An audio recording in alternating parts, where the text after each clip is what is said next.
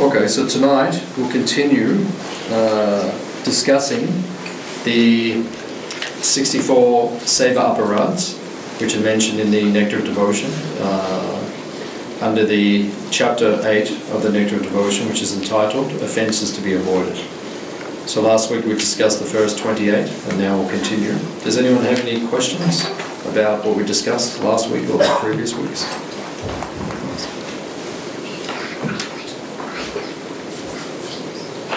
No? Everyone's okay? Okay, so we'll continue from where we left off. Prabhu, the 64 offenses that we're talking about, those all Jiva, Vaishnava, Nama and Seva. All of them are a part of it? The particular offences we're speaking of, these are Seva Aparads. So Nama Aparad, Vaishnava Aparad, everything is in addition to this. Nama Aparads are mentioned after this. The 10 Nama Aparads are mentioned after this. Vaishnava Aparad is a specific offence which we've covered before in Bhakti-yoga class and so forth. So there's different divisions which we have discussed previously. And Jiva Aparad generally means offending other jivas like that. So these are specifically Seva Aparads, offences to be avoided in regards to the deity in the temple. So, any other points? Actually, last week we were talking about upping obeisances, and I was just thinking this week, what about when classes started, or when the speakers actually sat down and started to chant Jai Radha? Like, what's the etiquette when you go on this? If you go to see Prabhupada and then you go to see the deities, you're actually turning your back on the speaker. So you just come in, and if the class is already going in the temple, then you should just go in and offer your obeisances, sit down and listen to the class. Afterwards, then you can go and offer your obeisances to all the deities. Otherwise, you're just going to disturb the class. No, it could be a very silly question, but suppose you're doing the service, you're dressing Tusimana or whatever, and you're in and out of the temple. So every time you come in, you offer obeisances. It means if you're coming in and out every few seconds or minutes, then the first time you come in and the last time you come in, you should offer obeisances. So you need to be practical also. Okay, so any other question? Okay, so we'll continue. Number 28. One should not sit with his back toward the deity. So one should not sit with the back toward the deity or towards the spiritual master or any senior personality. Anyone who's a senior person, then we should not have our back towards them at any time. So therefore, when you are in the temple, as Prabhupada himself pointed out in this temple, one should be very careful about sitting with the back towards the deities or Prabhupada. So that means that at all times you should be conscientious of the deities, conscientious of Prabhupada, so you should be sitting with your back towards the wall, the side walls. In this particular temple, that's the shape of the temple. So it's offensive to sit with your back towards someone who is a superior personality, a greater personality. If you have any questions, you can ask as we go. One should not offer obeisances silently to the spiritual master, or in other words, one should recite aloud the prayers to the spiritual master while offering obeisances. So Srila Prabhupada himself would correct disciples when they were doing this. When they're offering, if the child is going to make noise, he'll have to go out, otherwise I can't concentrate. So if it's not practical, then you'll have to take the child outside. So we see that Srila Prabhupada himself corrected devotees who were offering their obeisances silently in front of him when he was personally present. So it means that whenever the Guru is personally present, whenever you're offering obeisances to another devotee, we say Vaishnav Pranam, Vancha Kalpata Rubhascha, that particular prayer. When you go before the Guru in the temple, Prabhupada's Murti, when you go before the deities, you should be reciting the prayers aloud. So the person who you're reciting to can actually hear the prayers. That's who you're saying them to. So Prabhupada would, if devotees were in front of him and they were offering obeisance to him silently, Prabhupada would say aloud. So you should be offering aloud, so the person can actually hear what you're saying. I offer my respectful obeisances unto His Divine Grace A.C. Bhaktivedanta Swami Prabhupada, who is very dear to Krishna, having surrendered at His lotus feet. So we should be saying it aloud, so that the personality that you're respecting can actually hear you. So. One should not fail to offer some praise in the presence of the spiritual master. So when you're in the presence of the Guru, then you should be offering some praise, some respect. It actually says here, it is an offense if you do not do it. It's an offense if you're not offering praise. So this means the spiritual masters, means your Diksha Guru, Shiksha Gurus, senior personalities, once again. If you're in the presence of a senior Vaishnava, a senior devotee, right, a spiritual master, a Diksha Guru, or a Shiksha Guru, then you should be offering obeisances, chanting aloud, and then when you're in their association, you should be regularly offering prayers, respects, adoration, praise. Like that. That's the correct etiquette. I remember myself, sometimes after a class, walking back to my spiritual master's room with him, and he would say to me, "How did you like the class?" Right? So in other words, he was training, right? Giving the disciple an opportunity to glorify the Guru. Right? Because we may not do it spontaneously, so sometimes we need some assistance. So then the Guru may preempt and give you the opportunity.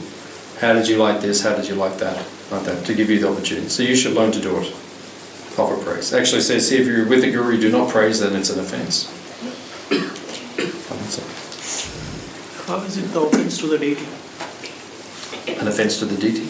How is this a part of offenses to the deity? You can say that it's the deity's personal servant. The spiritual master is the personal associate of the deity, an intimate associate of the deity. So to not recognize the Ashraya Vigraha, the deity is the Archa Vigraha, the Guru is the Ashraya Vigraha. So to not recognize the person who is training you to become a proper servant, a qualified servant of the deity, then it's considered an offense. Rupa Goswami is basically he's teaching us to become conscientious, to praise. Because in the future we may be, by good fortune, we may be in Krishna's association and we'll need to have the right attitude. So the Guru is training us like that. When we go into the temple room, what exact prayers do we have to say when we bow down to Prabhupada and Gaur Nitai and Radha Vallabha? Like exactly what do we... Yeah, so then in front of Prabhupada it's obvious. What is obvious? Well, Prabhupada has pranam mantras. Do you know Prabhupada's pranam mantras? Yeah, so that's obvious, that's what you'll be chanting. Yeah. Before you chant Prabhupada's pranam mantra, you should chant the pranam mantra to your Guru. Because you're introducing yourself to Prabhupada as a servant of a particular disciple of his. So you go in front of Prabhupada, you chant first to your Guru, and then you chant Prabhupada's pranam mantra. Then you go to Gaur Nitai. So there are different mantras which different devotees will chant. The most generic mantras, of course, are the Panchatattva maha-mantra. So if you chant that in front of Gaur Nitai, that is sufficient. But then many devotees will chant all sorts of prayers. From Chaitanya Charitamrita, right? Adi Lila, first verse, first chapter. Not first verse, but second verse is very common verse to chant. Also Rupa Goswami has written Namo Mahavadanyaya. That's a very common verse which devotees will chant. Chaitanya Bhagavat has different prayers to Mahaprabhu like that, and Nityananda Prabhu. Sri Krishna Chaitanya, Nityanando, Sahodito. So there's different verses that you can chant. And then, when you go before Radha Vallabha, Prabhupada gave us Tata Kanchana Gaurangi, Radhe Vrindavaneshwari. In front of Krishna, Prabhupada gave us Hey Krishna, Karuna Sindhu, Dina Bandhu Jagapate. So devotees often chant those verses. I chant those verses. But other devotees will have particular verses that they want to chant in glorification of Radha and Krishna. And then when you go before Jagannath, Balaram, Subhadra, many devotees chant Jagannatha Swami Niyana Patigami. But there's more elaborate verses. There's Jagannath Ashtika, like that. So you need to learn appropriate verses. Of course, the Panchatattva maha-mantra, the maha-mantra itself, the Hare Krishna maha-mantra, that can suffice for anything in any circumstance. But then you may be inspired to learn more verses, particular verses. So if you feel inspired, then you can learn. Is that okay? You can ask different devotees, what do you chant, what do you chant? Like that. So. Any other point? Oh, also that when we have to show respects to the maha-mantra or spiritual masters, like for example, here in the courtyard, if Maharaj enters, and as soon as we have the darshan, then we have to show respects, offering obeisances. So these mantras, do they applicable happen? So that we may be seeing any spiritual masters who will be entering. So automatically, so we offer our respectful obeisances. So you offer the Vaishnava pranam, Vancha Kalpata Rubhyascha. okay. That's what you offer. Yeah, you don't offer your guru's pranam mantra. So that has to be recited and then offer obeisances to any Vaishnava. You recite it when you're offering obeisances. You offer obeisance, you recite it out loud. Vancha Kalpata Rubhyascha Kripa Sindhu Giricha. That's it. One time I was offering my obeisances to my spiritual master, and his god brother was there also. So I bowed down and I offered obeisances and I chanted my guru's pranam. And then while I was still bowing down, then I chanted Vanchakalpat for his god brother. And then when I stood back up, my spiritual master said, don't take shortcuts. He said, offer obeisances to me and then offer obeisances to him. Don't, get down and just do it all in one hit.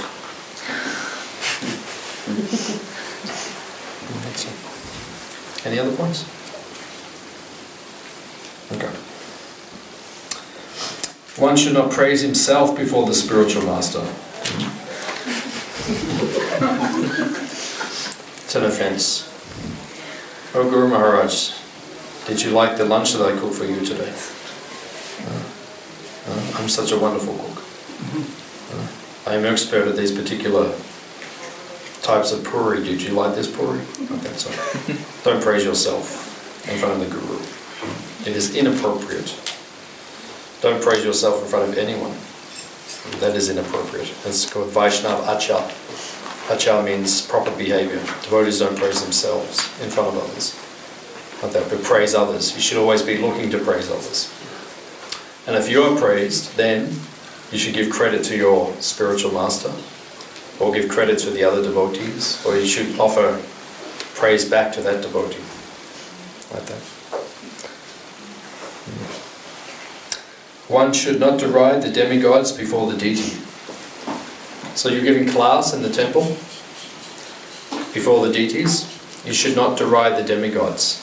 Sometimes devotees are a little immature in their presentation of the Krishna conscious philosophy. Who are the demigods? Who are the devatas?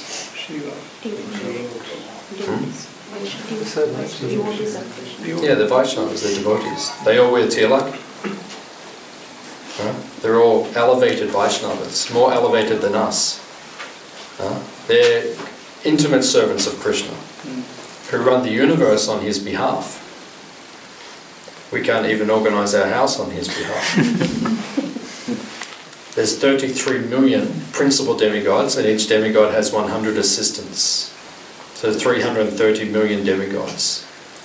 So sometimes devotees, we read in the Shastra that Indra fell down or committed some aparad or mistake. Brahma even fell down or committed a mistake or an aparad. So sometimes devotees say, oh, Brahma did this, Indra did that, and it's not appropriate. You think you're more advanced than Lord Indra? You think you're more advanced than Lord Brahma? Certainly we're not more advanced than Lord Brahma. Right? So devotees should be careful about deriding the demigods. Sometimes you see devotees do this in class. Oh, yeah, Indra did this and like that, but who are you to judge? Have you ever been in a position where you had so much service like Lord Indra? Maybe you would make mistakes also. You make mistakes anyway. You don't even have a position. So be very careful. Krishna doesn't appreciate hearing the demigods or the devotees disgraced or put down, especially when you're in front of him and you're saying, oh, this demigod like that. No, they're great devotees like that. So you show the proper attitude towards the demigods. Any points? Yeah. Actually, demigods are really giving blessings to us. They are encouraging us. It didn't Bhagavatam. Prabhupada says that demigods are in direct relation to Krishna. So they are blessing all the devotees. And all Adidevik kleshas will be also finished. Yeah, Srila Prabhupada says the demigods cooperate with the devotees. I've seen that myself. I used to go on book distribution and it would be raining and then I would park the car, I would drive to where I'm going to distribute books, park the car, the rain would stop, get out, distribute books for 3 hours, then get back in the car to drive back to the temple and the rain would start again. I saw that on more than one occasion. So demigods are cooperating with the devotees. Prabhupada says that. This is a list of 32 offences. Besides these, there are a number of offences which are mentioned in the Varaha Purana. They are as follows. Would you like to hear them? Okay. Number 1.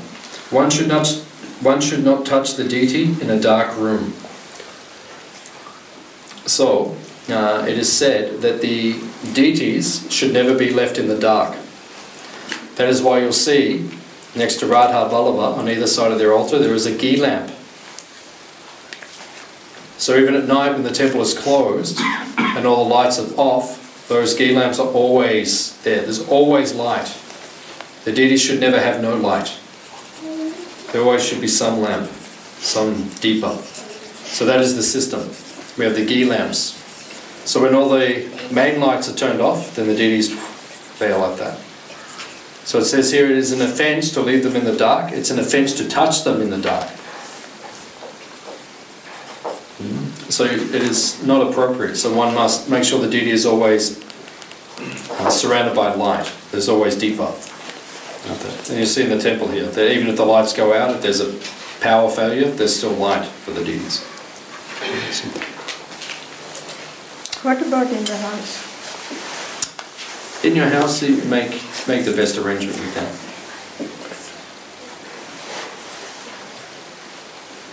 I mean, in my home, then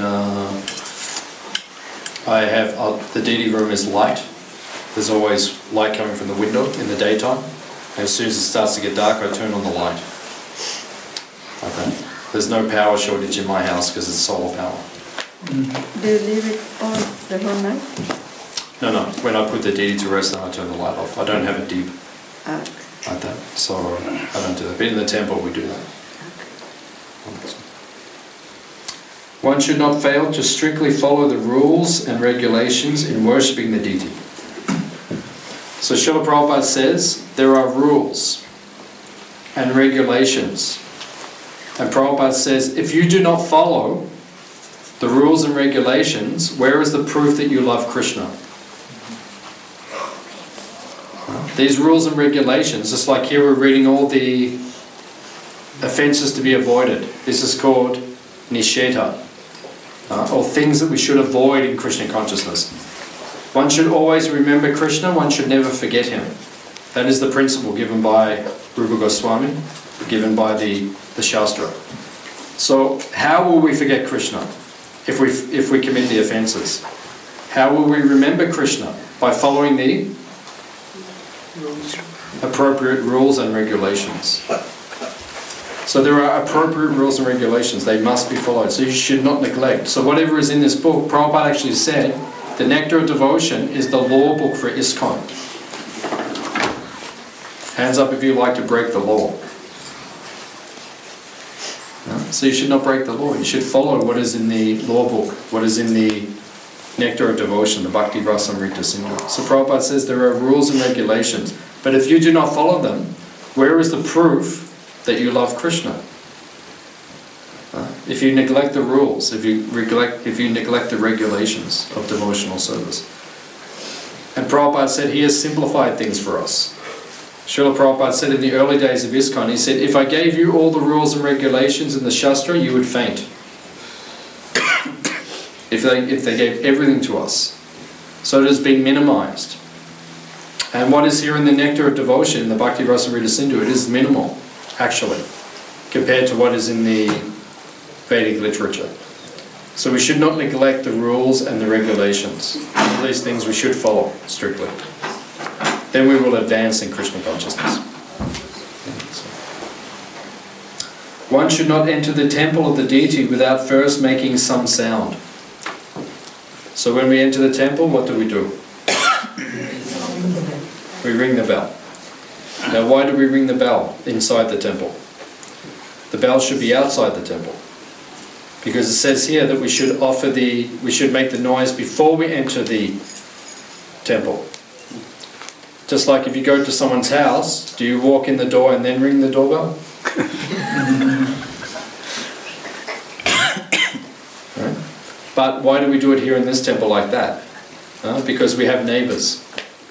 Right?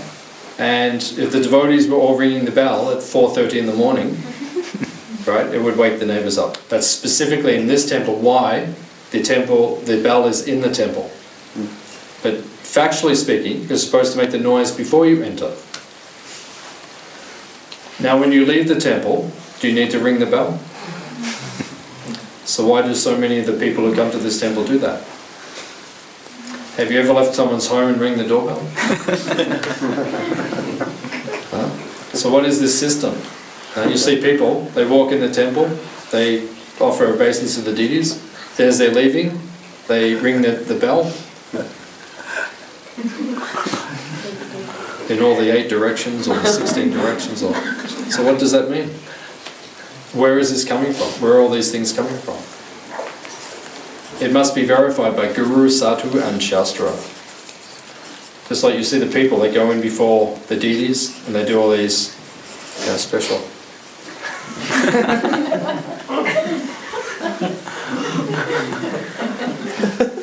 So where is it verified in the Shastra? You know the example which is given? Of the cat which was under the basket in the Indian wedding. There's some tradition in some parts of India that when someone gets married, there should be a cat under the basket. That is auspicious. So then they traced it, then someone said one day, so why is there a cat under the basket? So when they traced it back a few generations before, one time there was a cat at the wedding and the cat was running around, so the old lady got the basket and put it on top of the cat. But then everyone thought, okay, if you get married there has to be a cat under the basket. So for that time on, in certain places in India, whenever someone gets married, oh, where's the cat? Where's the cat? Put it under the basket. But it doesn't mean anything. So everything we do should be certified or authorized by Guru, Sadhu and Shastra.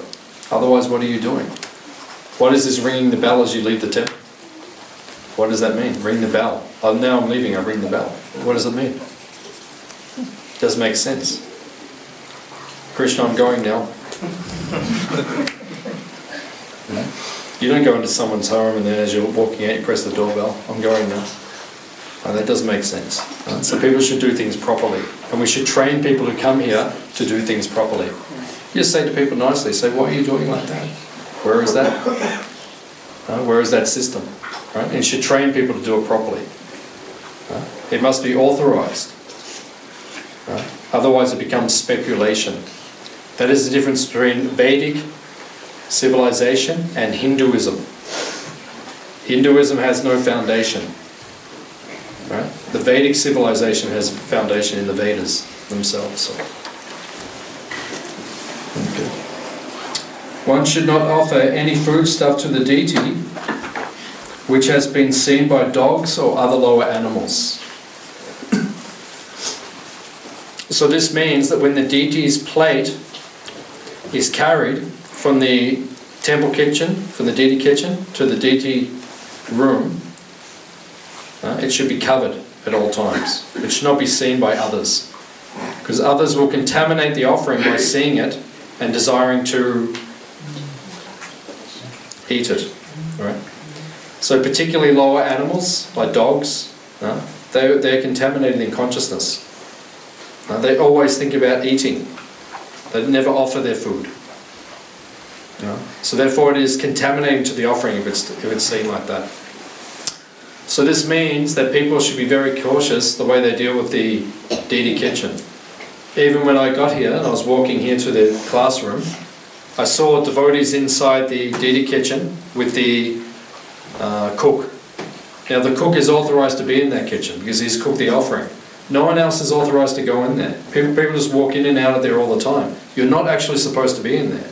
Unless you have service in there, you don't have any right to be in there. All the clothes you're wearing are probably contaminated. You've been out all day doing your jobs at work or, looking after your children at home.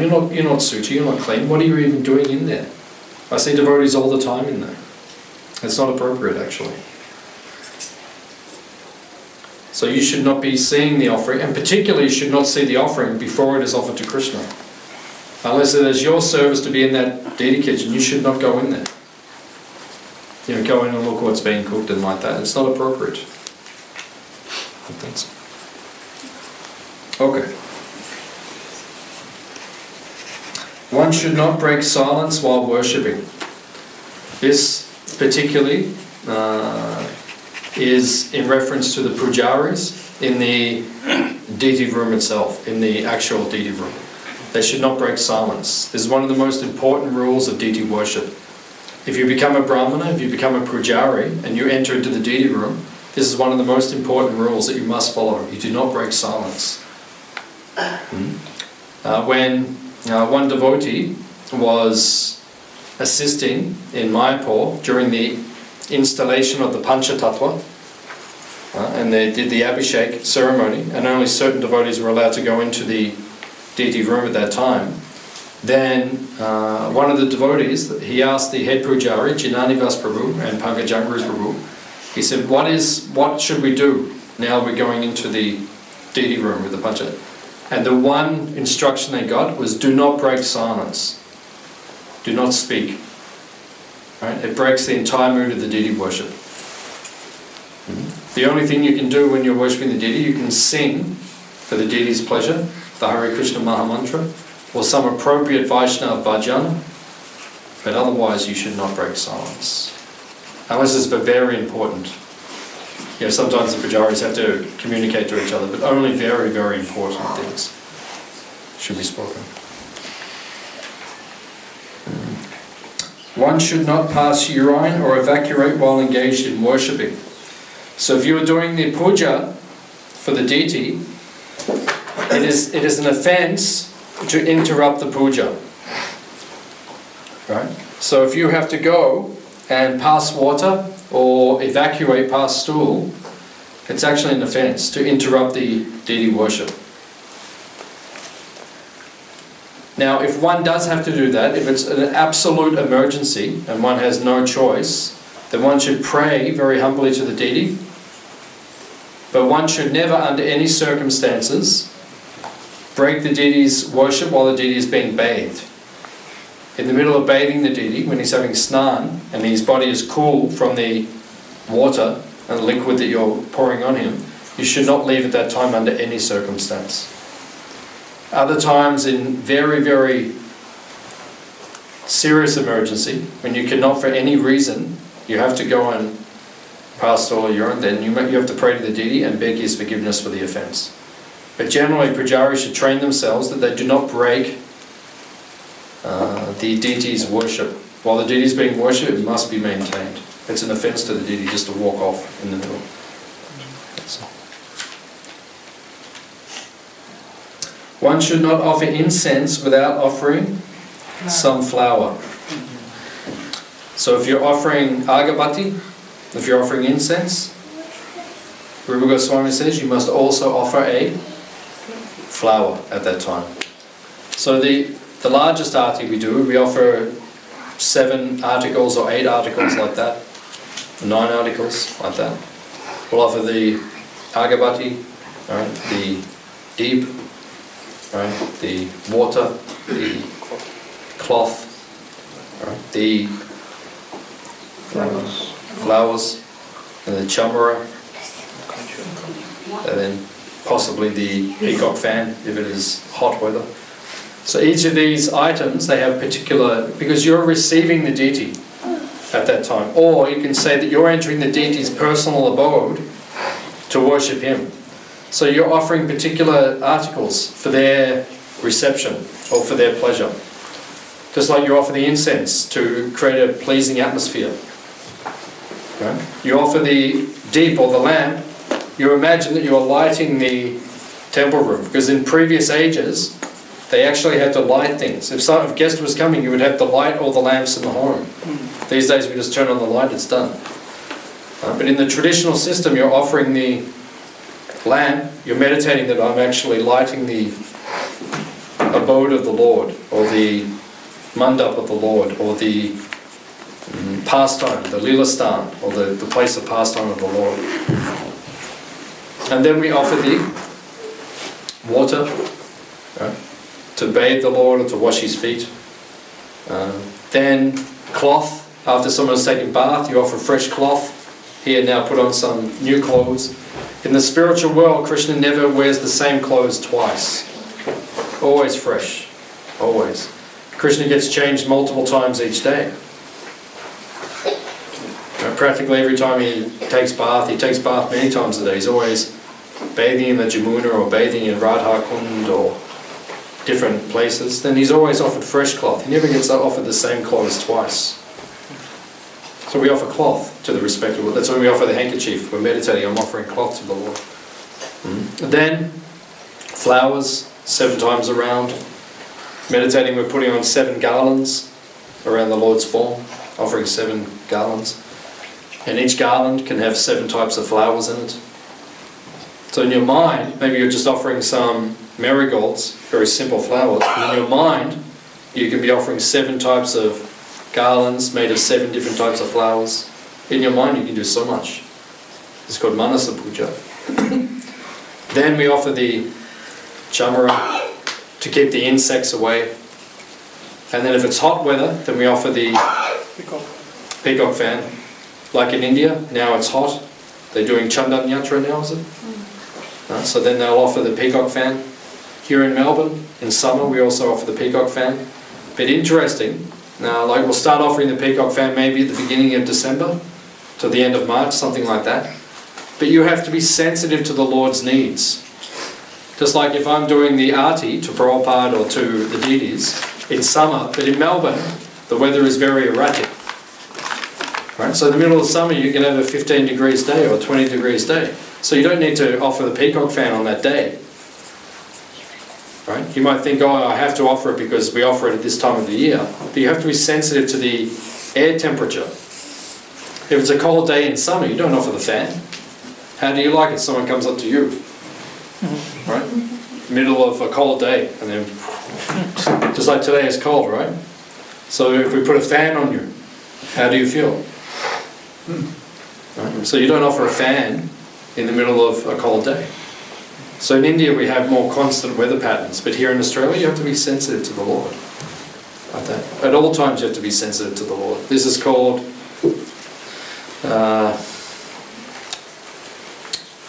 like Atmavan Seva. Atmavan Seva means Atmavan Manyate Jagat. You know this Vedic saying is there. What does that mean? Atmavan Manyate Jagat. As I think, Jagat. Atmavan, as I think, Manyate Jagat. Everyone in the universe also thinks. Right? I like ice cream, everyone must like ice cream. Right? All of us think like that. They think I like it, so you must also like it. Right? So when you're worshipping Krishna, this should be the mentality. I'm cold today, Krishna must be cold today. Right? I'm hot today, Krishna must be hot today. Right? It's lunchtime, I'm offering the Raj Bhog, Krishna must be hungry. So we should treat Krishna like a person. The deity worship should be done with great attention to detail. So when you're offering, just like Prabhupada said, when you are making the plate, the thali, the bhoga offering for Krishna, and you have his little bowls, Prabhupada said they should be full. Because Krishna is hungry. He's always hungry. How old is Krishna? 16. Right? In the spiritual world, Krishna is always 16. Radharani is always 15 in the spiritual world. Navayovana. Kishore, Kishori. They're always that age. So Prabhupada says a 16-year-old boy is always hungry. Right? So the bowl should be full. Sometimes I see the pujaris, they only make the bowl half full, or the cup half full. Krishna doesn't eat like that. He eats big bowl. Right? So Prabhupada said you should make sure Krishna is offered the right amount. You have to be sensitive to Krishna. What he Atmavan Seva means, how would I like to eat if I'm 16? So that's how Krishna would like to eat. Just like if you dress Prabhupada, the Prabhupada Murti is here in the temple or upstairs. So Prabhupada is a Bengali, right? He's from a very hot place. So he feels the cold more than I feel the cold. I'm born in Melbourne, so I'm already used to the cold to a certain degree. Prabhupada is not. He's a Bengali. So I think if it's a cold day, right, how I'm dressed, if I'm wearing a jumper, Prabhupada needs that jumper. And maybe a little bit more than what I am also. Maybe he needs a scarf also, maybe a beanie also. And then if it's, sometimes I walk into the temple in the middle of the day, Prabhupada still has a beanie on, but no one else has a beanie on. No one takes Prabhupada's beanie off. Prabhupada must be hot. So you must be sensitive to the deity. You must be sensitive to the spiritual master at all times. And this is called personalism. Bhagavad Dharma. God is a person. You don't like being treated impersonally, either does Krishna. So, Prabhuji, when you say you offer the handkerchief, so the handkerchief which is already offered, you don't wash it and offer it with the same. I don't understand what you're saying. See, do you give it away, that handkerchief which you have offered? You know how you said that you offer the handkerchief in place of the new clothes? Means Krishna never wears the same thing twice. So what I'm saying is... So you only offer the handkerchief once and then you don't offer it again. Is that what you're saying? That of the handkerchief which you have offered, you just give it to somebody. If you're very rich. Now, what do they do in the temple? Do they wash it? In the temple we wash it and then we offer it. And then offer the same again? Yeah. Okay. But if you're very rich, you can, every time you can offer a new one. Okay. Up to you. Unless, useless flowers without any fragrance should not be offered. This is called Kali Yuga. Hard to find flowers that have fragrance. Just like we offer the deities all the time, carnations. They're actually considered useless flowers. They don't have any scent. Now we're very fortunate, we're coming into the time of winter where the early cheers and the jonquils and the other flowers, nice flowers, they will appear at this time. From now, at the farm, all the bulbs are just coming up. Next few weeks we'll begin to get all the very nice smelling flowers that will come. So it's a very nice time of year to offer the flowers, they'll come soon. So as much as possible we should offer the flowers that have fragrance.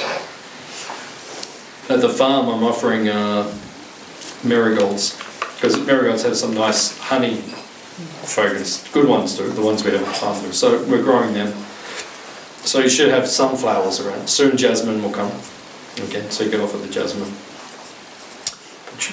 As much as possible try to avoid the flowers that don't have the fragrance.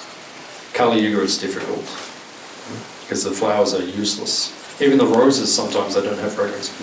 Some of the roses at the farm, they're amazing. There are some very old rose bushes at the farm, and the roses have so much fragrance. Like that. But here, like sometimes you pick up the roses, they have nothing. Useless. So, Kali Yuga. How in India flowers are really good. Indian roses, any rose you take, beautiful fragrance. Here is a problem.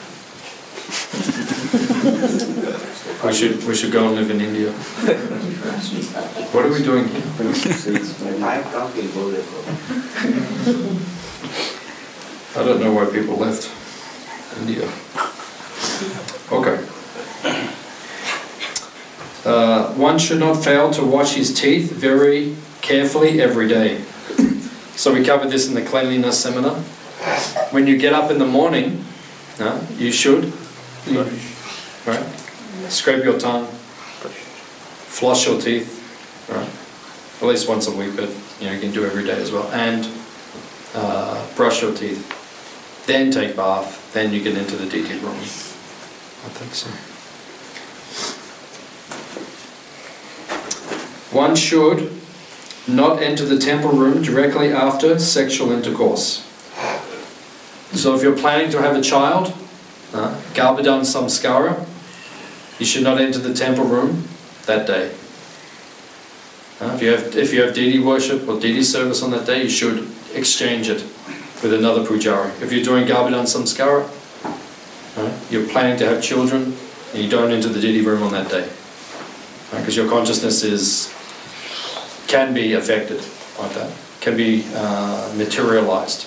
So you don't enter into the deity room on that day.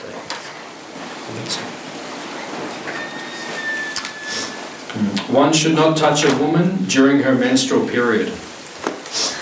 So in very strict culture, when the woman is menstruating, when she is having her period at that time, then in the strict culture, the women who is like that, they go to the part of the house where they just rest.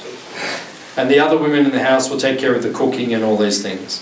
So very strict cultures, then you will not eat the food which is cooked by the woman at that time of the month. That doesn't always happen because of family pressures and things these days. Like we don't have an extended family, don't have many women living in one house. So if you can follow those standards, it's very nice. It's very, very first class. But it is hard in this day and age like that. But the woman is considered contaminated at that time. However, Bhaktisiddhanta Saraswati Thakur, Prabhupada's Guru Maharaj, he actually said to one of his disciples, female disciples, she said, "Can I worship?" She's talking about at home with their home deities, not the deities here in the temple, but at home. She said, "How will I do the puja during these 3 days when I'm contaminated?" Bhaktisiddhanta Saraswati Thakur said, "It is the soul who is worshipping the deity." So even if you're contaminated, you continue the worship, you continue the puja, the regulation. So at home you can do one thing, but the deities here in the temple you cannot enter when you are menstruating. You have to stay out like that. In very strict cultures, then the women would completely rest at that time. They would go like that, not cook, not do anything like that. One should not enter the temple after touching a dead body. So a dead bird, dead animal, anything. Dead body, you should not enter the temple. If you've touched, then you are contaminated. You have to go, take bath, put on fresh cloth, then you can enter the temple once again. One should not enter the temple wearing garments of red or blue colour, or garments which are unwashed. So why do we don't wear red or blue? Particularly, or specifically, this is talking about in the deity room. It's not talking about the temple room or the kirtan mandap, the main area where the public goes, but this means in the temple room itself. We should not wear red or blue. The general principle is that when you're in the deity room, you should dress very simply. You should not be distracting people from the deity. You should not be doing the arati dressed like a balapa. Because you see how he dresses. Right? Have you seen him today? Right, he has all the different colours, right, in his cloth, in his turban. big peacock feather. So you should not dress like that. Because then everyone will be thinking, who's this guy? Distracts people from the deity. So you should not dress in a way that the people will be distracted. That's the point. But particularly it says red and blue because blue is the favorite color of Srimati Radharani because Krishna is bluish, and red is a favorite color of Krishna because he always wears the golden dhoti. Sometimes it says the golden dhoti is reddish. Sometimes it is described like that because gold sometimes has like a reddish kind of a glow to it. So you should not wear those colors because they are reserved like that. This, red is made of word of passion, blue is made of ignorance. But I read it somewhere. Yeah, I've heard that one too, but when I read in the Pancharatrik Pradeep, they don't say like that. I've heard that one, but it's not said like that. It's said because it's the favourite colour of Radha and Krishna, so we should avoid it. Blue is also a colour of symbolic of authority, so if someone's wearing that, say in a temple or something, it seems like they're an authority. It's an aura of authority. That's why a lot of people wear blue, because it's authoritative. Okay. Prabhu, why on Ekadasi the red dress is given to lordships? To the lordships? Yeah. It's actually pink. In Vrindavan it's pink, it's not red. But here we find red color on here. Maybe because we don't have the pink. And white. But any reason why that color on that day? Must be a reason. But if you go to Vrindavan, they dress the deities in pink on the Ekadashi. And then quite often on the Purnima, they will dress the deity in white. And on the Amavasya, they dress the deity in dark colours. Because on the dark moon night, Radha and Krishna, they wear dark colours when they go into the night to meet each other. Or when they're full moon colours, they wear whitish clothes. So they'll merge into the moonbeams when they go into the forest. So in Vrindavan, generally they'll dress the deities according to those colours. And on Kadashi it says pink. I'm not sure what the reason is, but it says pinkish. Here in this temple, you may notice that Monday means moon. Monday is governed by the moon. Tuesday by Mars. Wednesday by Mercury. Thursday by Jupiter. Friday by Venus. Saturday by Saturn. Sunday by the Sun. So each of those planets has particular colours or jewels which symbolise that particular planet colour. So in this temple, what we generally do is on Monday, deities will have whitish colour, like pearl. Sunday, they'll generally have reddish, because the colour is red. On Wednesday, Mercury is generally greenish. So you'll see quite a lot of the deities have greenish. So in this temple, we do according to the that system also. So you'll see the deities are quite often dressed according to that.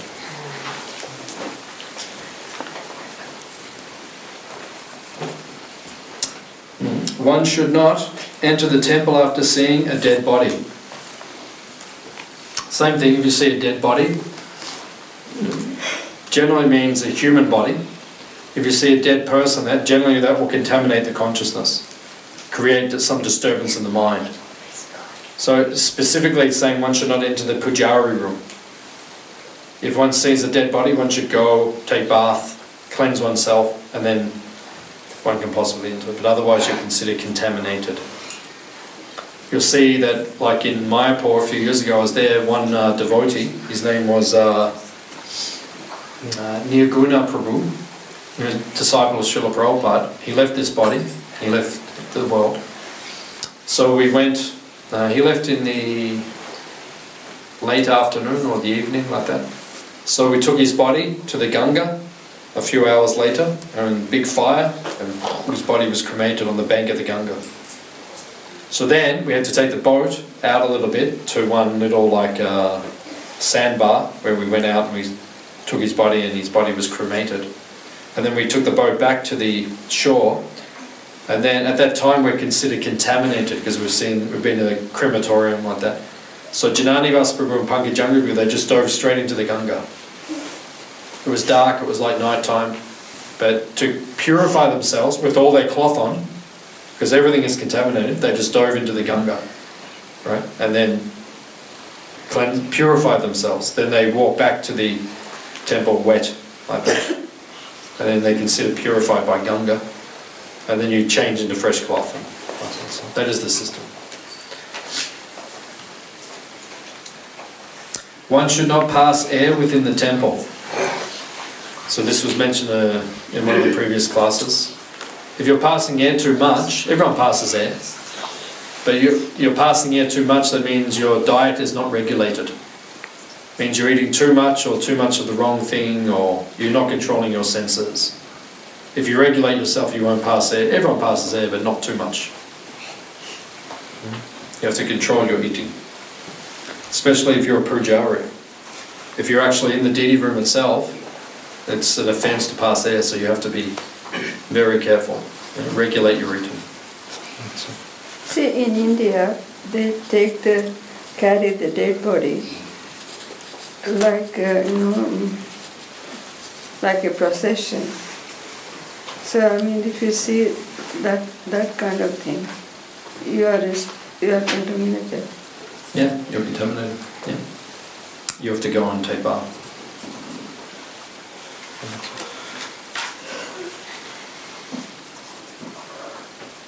One should not be angry within the temple. We mentioned this in the last few classes as well. If you're angry, don't go into the temple. Krishna doesn't want to see you angry. Do you think Krishna takes your anger seriously? Who takes your anger seriously? Only you. No one else really cares. When you're angry, you're about the only one who really cares about it. No one else is really. And Krishna's not that interested. So you don't go into the temple room in an angry mood. It's not appropriate. Do you ever see Krishna in an angry mood? Sometimes. Sometimes I go and see the deity, he doesn't look very happy with me. Prabhupada said the deities are a barometer of bhakti. He said when you see the deity, if the deity is smiling, that means he's happy with your service. If the deity is not smiling, then you have to contemplate. Sometimes I see the deities and they're not very happy with me, so I know, okay, I have to think, what is it that I've done? But generally the deity should be happy with us. Yeah. Prabhu, I just want to know, like, Krishna's equipost to everybody, that day. This point is really confusing because Krishna's equipost to everybody. Krishna does not take any offense of anybody, and like Shishubal also did like so many offenses, but Krishna did not take that seriously. So how does Lord relate to us when we are, like, for example, we do an offense to Lord, or we are angry with the Lord or something like that? How does Krishna deal with it? Because Krishna is so above all these modes of determination and everything. He's equiposed to everybody and he never takes any offense from anybody. So how this both are contradictory? No, you're just confused, that's all. If Krishna becomes angry, there's nothing that says that Krishna does not take offense. Krishna takes offense. It says that Lord Nityananda does not take offense, or Lord Chaitanya does not take offense, or Radharani does not take offense, but Krishna takes offense. So if you do something nonsense, then he will slap you in the head. Isn't it Maya doing that? Not Krishna doing it? Maya is doing that. Maybe he'll slap you through Maya, but he'll slap you in the head. So, like, how then Shishubal forgave 100 times? Don't worry about Shishupal, just why don't you be good? Just behave yourself. No, Prabhu, I'm asking that I'm very contradictory. Krishna is equal to everybody, and that's saying Krishna is equal to all. Krishna's not like that. It says in the Shastra, Prabhupada says, if you do something once in front of Krishna, right, he will forgive. Twice, he will forgive, but third time, he may not forgive. So Krishna is a person. You can't just go to Krishna every time, oh Krishna, I did this again, oh Krishna, I did this. No, he doesn't take that nonsense. He's a person. So you should act properly. Don't take advantage of Krishna. He's not a doormat. We don't just wipe our feet on him. See, Prabhuji, Nityananda Prabhu is very serious. But Krishna is always smiling in this temple. So how would I know Nityananda Prabhu is angry or he just... When he's happy, he smiles. Does he? Yeah. But he's always serious. No, he smiles a lot of the time. Yeah? Sometimes he's serious, but... Okay. One should not enter the temple after visiting a crematorium. So if you go to the crematorium, you have to go take bath, change all your clothes, you're contaminated. You can't enter the temple straight away. One should not belch before the deity. So until one has fully digested his food, he should not enter the temple. So you don't eat a big meal just before you go and do the deity worship, before you enter the deity room. Right? You don't eat a big meal before then and go in there and burp and like that. It's inappropriate like that. Generally, you go to worship the deity on an empty stomach. Generally, that's the system. You have to be attentive in your service. Half the time after we eat, we just feel like taking rest. So if you have a big meal and then go into the deity room, you may not be so attentive. One should not smoke marijuana or ganja. Please don't do it. No marijuana, no ganja. Please. Don't do it. Next one is even worse. One should not take opium or similar intoxicants. Betel nut, pan. Yeah, everyone is taking pan. Like that in India.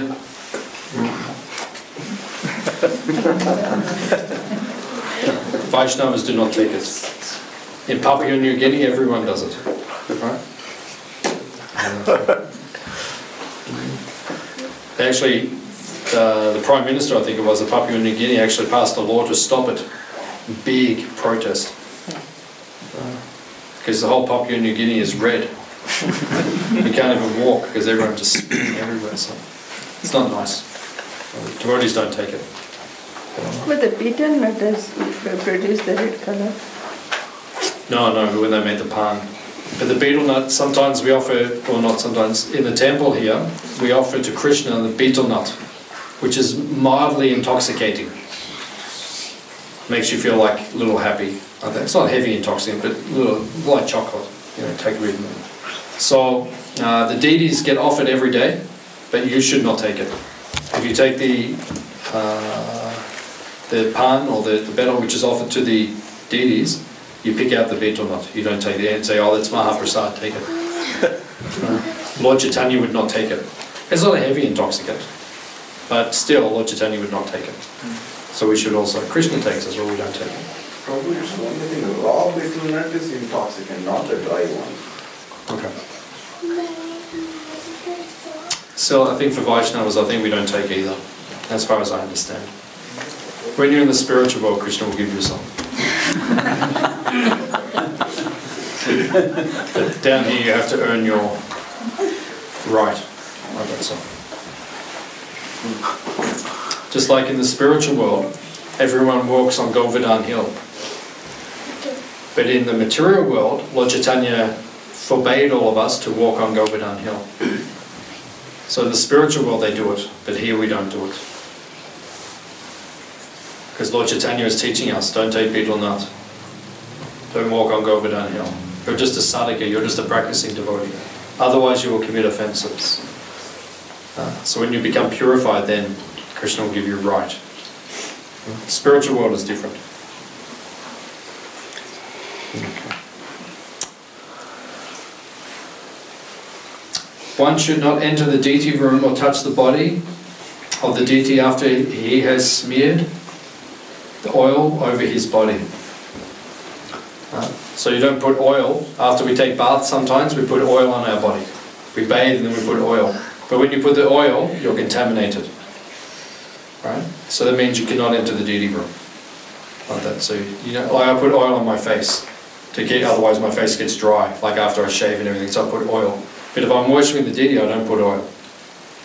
Right? Then go and worship the deity, and then next time you take bath, then you can put oil. Okay. Not even to the hair? No. Not before you go into the deity room, because that means Oil's not considered clean. So it's when you're doing all the puja, it's not considered clean. So do it at a different time of the day. When you take your next bath later in the day, you can. But the ladies, they're not supposed to wash their hairs. And if they put the oil, it means they can't go and worship.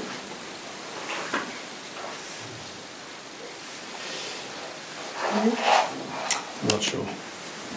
But Srila Prabhupada said the ladies should not wash their hairs every day. Yeah, the ladies should not wash their hair every day. And so, But then traditionally the ladies didn't go in the deity room.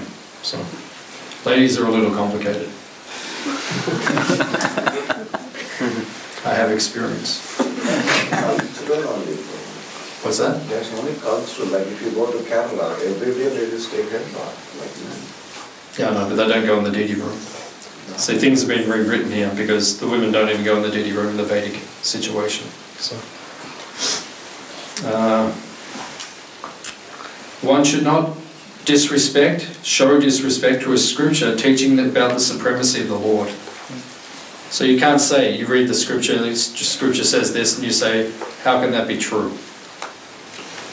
That means that's an upper-right. You have to be very careful. This is one of the 10 offences against chanting also, to blaspheme the Vedic literature or literature in the pursuance of the Vedic version. One should not introduce any opposing scripture. So don't bring a new book into ISKCON. No? Your own book. You know, the Keshava Samhita. Where is this from? Oh, it's in the Keshava Samhita. The Keshava Gita, chapter 19. Or the 13th canto of the Keshava Bhagavatam. So don't bring something new in. We have our books, we have our rules. This is our rule book. Prabhupada said this is the law book. So don't introduce other things. Sometimes devotees say, oh, it says this, it says that. No, what does it say in Prabhupada's books?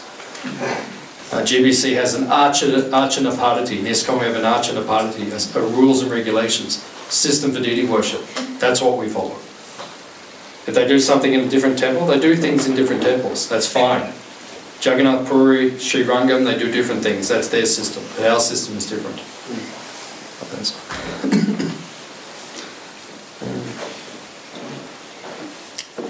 One should not chew betel before the deity. One should not offer a flower which was kept in an unclean pot. So when you pick the flowers, make sure they're in a clean pot. When you pick the flowers, you only pick with the right hand.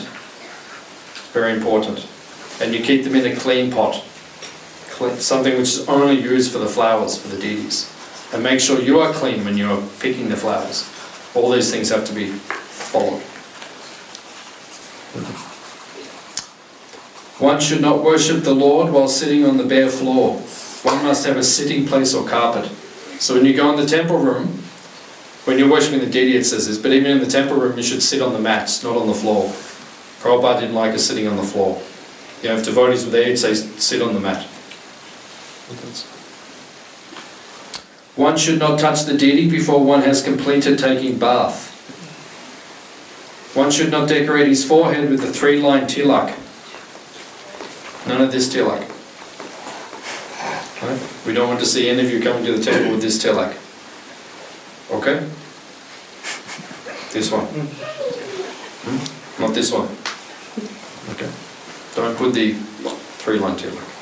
So the 3-line vertical tilaks, are they allowed in the kitchen? Vertical tilaks? Yeah. Like Sri Sampradaya or something? Yeah, sure. That's Vaishnava, so. That's right. They're converting some of the Sampradaya. Different Sampradaya, but there's 4 bona fide Sampradayas. And it means that we respect Vaishnava. Not that we don't disrespect Vaishnava. So if the Siddhanta is correct, you know, if they're wearing this tilak but there's some Mayavad philosophy, then that's rejected. But we don't let them cook. If there's some Mayavad philosophy. If it's Vaishnava, again, if it's Sri Vaishnava or like that, then that's okay. As long as it's Vaishnava. That's the point. So what's the meaning of 3 lines tilak? The followers of Lord Shiva.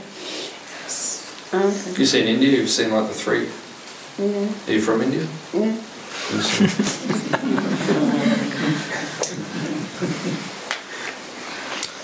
One should not enter the temple without washing his hands and feet. So we covered this also. So there's a couple of extra ones Prabhupada writes here. Other rules are that one should not offer foodstuff which is cooked by a non-Vaishnava. So you can't offer anything to the deity which is cooked by a non-devotee. Right? If someone eats meat, they should not even be allowed into our kitchen. Sometimes people come to our farm, they want to help out for the Sunday feast. I say to them, do you eat meat? If they say they eat meat, I'm saying, I'm sorry, you can't come into the kitchen. Right? But if someone is vegetarian, okay, we can let them go into the kitchen. But we should not offer anything to the deity which has been cooked by the non-devotee. Only the Brahmana, only the one who has received Vaishnava Diksha or second initiation in ISKCON, they can offer bhoga to the deity. No one else. Except Janmashtami. I think Janmashtami, they say you have to chant 16 rounds, is it? I think so. Okay. Oh, I have a question for Bhakti-Vriksha, the members, they cook prasadam and bring. Yeah. The bhoga, they bring for the deity. So how we say no to them? It's very bad to say no to them. Yeah, but like we have a Bhakti-Vriksha program at our farm also. And some of the people who come, they still eat meat. So I tell them you can bring fruit salad or something, but nothing cooked. Oh, okay. I tell them. I say you can make fruit salad or something, but nothing cooked, because your kitchen is still impure.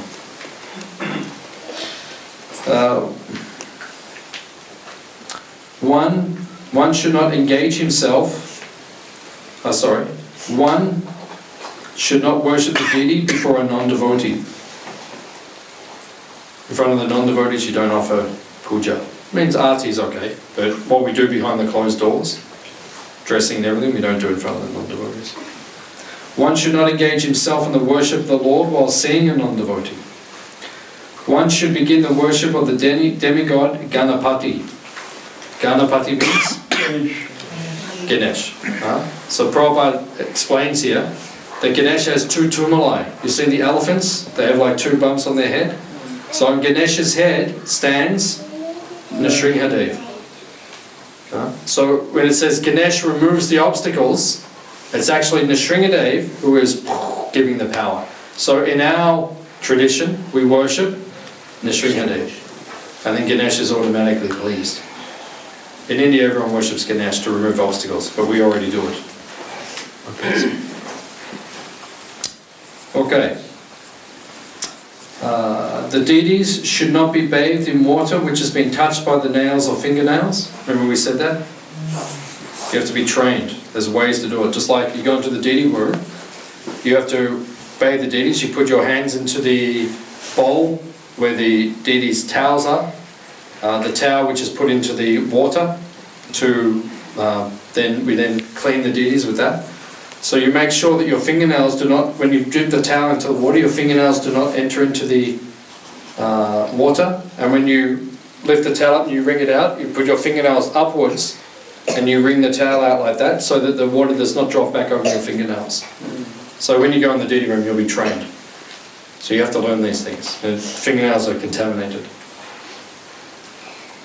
When a devotee is perspiring, he should not engage himself in worshipping the deity. Unless it's like India and it's 46 degrees and you go and take a bath, by the time you get back to the deity room, you're wet again. That's different. But generally here, we should be careful.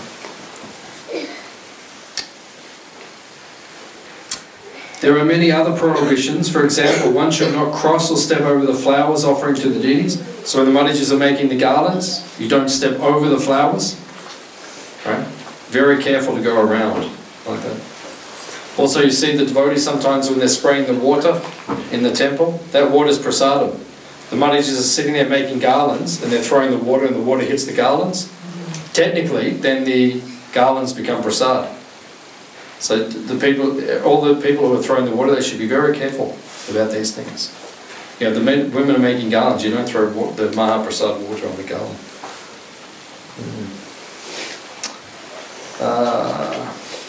Nor should one take a vow in the name of God. So don't go in the temple in front of Krishna and say, Krishna, I vow I will do this. like this, because maybe Krishna doesn't want you to do that. Certain vows we take, or we chant 16 rounds, where we take Vaishnav Diksha, in front of the deities we take vows, that's okay. But generally you don't take vows. Sometimes, okay, Kartik Mas comes, or we take a vow in front of the deity, but be careful about other things. Because you take a vow, Krishna will do this, but maybe Krishna doesn't want it. So. There are all different kinds of offences in the matter of executing devotional service, and one should be very careful to avoid them. Okay. Any other questions? Srila Prabhupada ki? Okay, thank you all for coming. Very well.